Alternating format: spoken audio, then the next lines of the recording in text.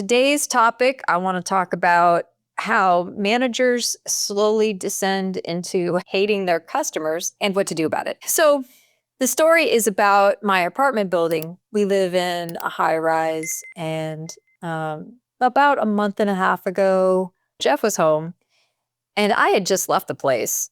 When I left, it was normal. And while Jeff was there, he noticed that the floors were warping. He reported it to our apartment building, and they called me up and they're like, hey, we're going to put a dehumidifier in there. And by the way, we looked and we think because you put boxes in with the AC unit, we think maybe you knocked a cord, a hose, and that caused this damage.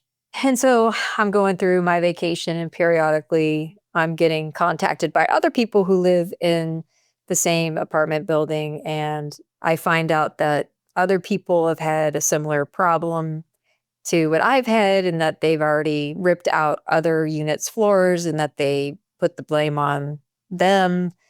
And in some cases, getting them to make claims against their insurance. And so I come back and I have no floor. They've had a month to fix it. I have no floor. I'm having to climb over the credenza to go to the bathroom because my whole living room furniture is in my bedroom. And it's pretty clear to me that basically a number of people tried to tell them or did tell them that there was a problem before my incident, and that if they had taken them seriously and hadn't had the initial reaction of blaming them and taking no responsibility for the building, that they probably would have been able to actually beat the problems that I had and probably a number of other people had after me. And I think that this is an interesting story because I think the way that the management team gets there, because there is a sort of, I don't have to deal with them a whole lot. Like I said, we're gone like months at a time. Like 90% of the time, we're not even home. But there is kind of a little bit of a sense of disdain for the tenants.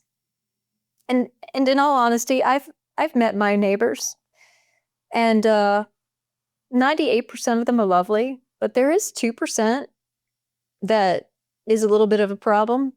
We had an incident where, like, at one point in time, some thefts were happening in the building. So they changed their policy where if you were getting anything delivered, anything, then it had to be dropped off at the office, and then the office would call the tenant, and then the tenant would need to come down and pick it up. And I remember coming to the front desk for something, I don't know what, and somebody being down there, one of my neighbors being down there, and just reaming out the poor office person who had nothing to do with his policy. And the policy actually makes sense because, lo and behold, they had to go all the way out of their way to get on an elevator and come downstairs to pick up their takeout food instead of, having DoorDash come up and bring it to their door. And this was like an epic tragedy in this person's life. And so I think, like, and again, 98% wonderful people, but you're always going to get some who are a little weird. But I do think that what happened is that once you start having, 2% where you're having negative interactions, there is a tendency for them to start avoiding the tenants, and then they're only having interactions with people who are negative. Like, they start the avoidance because they don't want to feel the pain of A, conflict, and B, to the extent that they are committed to the organization and feel responsible for it, they don't want to feel the pain of being criticized because that will feel very personal. And so they start avoiding all tenants, and only the negative ones track them down, and even like the positive ones only track them down when they have a problem. So they're basically then not having nice interactions and only having negative interactions. And then they start to overweight all those experiences and start feeling like everybody's negative. And then the manager starts to feel very resentful, can start to feel very resentful towards their customers. But the consequence of that in this particular story is that they've now had to replace a whole lot of floors. And so it changes for me and the tenants from having a relational relationship to a transactional. Like, I'm going to check the boxes and pay my rent, and we'll see where we are when my term comes up. And they may wind up losing a tenant who is, 90% not there, which I can't imagine you could have a better tenant than that. And so that's just an example of how this hatred that sort of like infiltrates a manager can cause like some pretty serious damage, and how it gets there. Managers need to think about how they're talking about their customers. So, I mean, obviously, like if you're putting them down, like that's pretty clear cut. Like if you have a lot of disdain or cynicism about your customer, you probably know it in the way that you speak, and maybe you haven't noticed, but it is having an impact on your employees. It could be having an impact in one of two ways. It could be that you're spreading the cynicism, because emotions are actually spreadable. No matter how much you hide them, they do leak. But if you're outright speaking it, then it's not a leak. You're just spreading it. And that can have an impact on an employee in either that they join you, or they start to distance themselves and they disagree with you, and they essentially kind of take the customer's side. And in that point, like they're probably looking for an alternative if it's real bad. And so that can cause performance problems and turnover problems. And those are two important reasons why we would be interested in actually not doing this.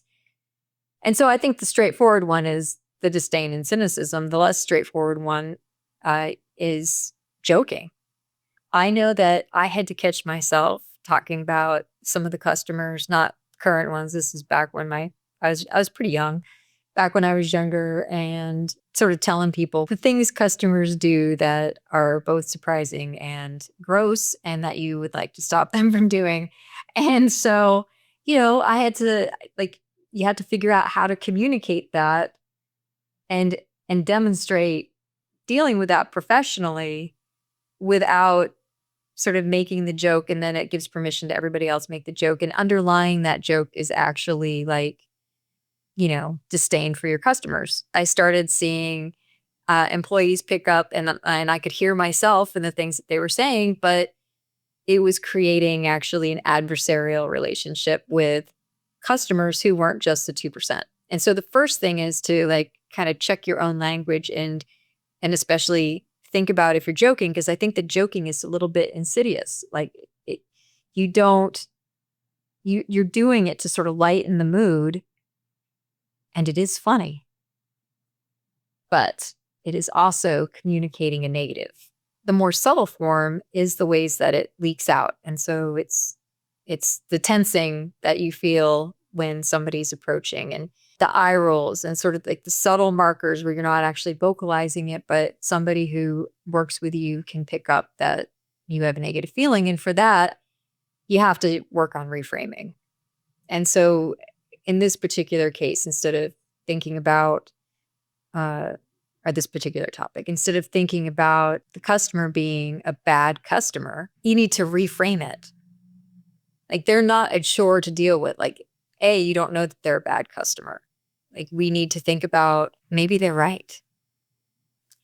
And that should be the first thing that you're thinking about when somebody comes up to you and is complaining. Maybe they're right.